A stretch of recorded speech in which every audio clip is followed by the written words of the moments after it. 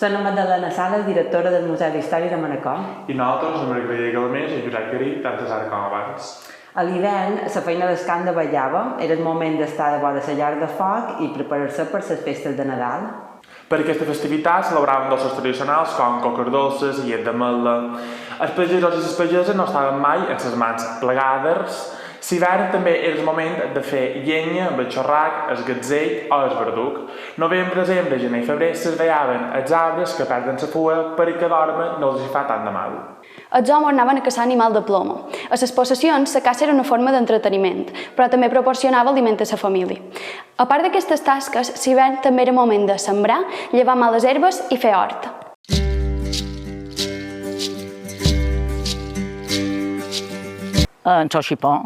En el xipó i perquè la fadera anava més bona, llevaven l'herba de les voreres, perquè no creixia, l'herba se menjava la fadera, que diguem, o les marginieres, o la domatiguera, o el que fos. La madona de la casa, que tenia un bocí de terra fora vila, se n'anava a llevar les males herbes perquè la fadera pogués créixer, perquè l'herba s'ho menjava.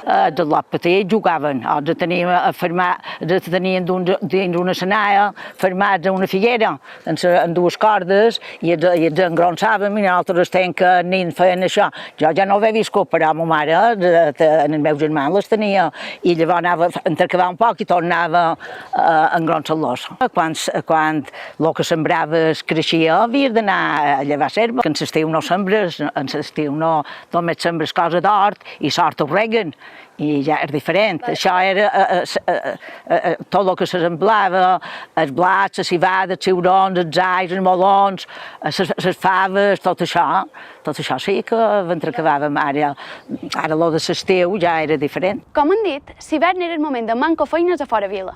De totes maneres, hi havia 3 festes que s'esperaven durant tot l'any, que eren Nadal, Sant Antoni i Sant Sebastià.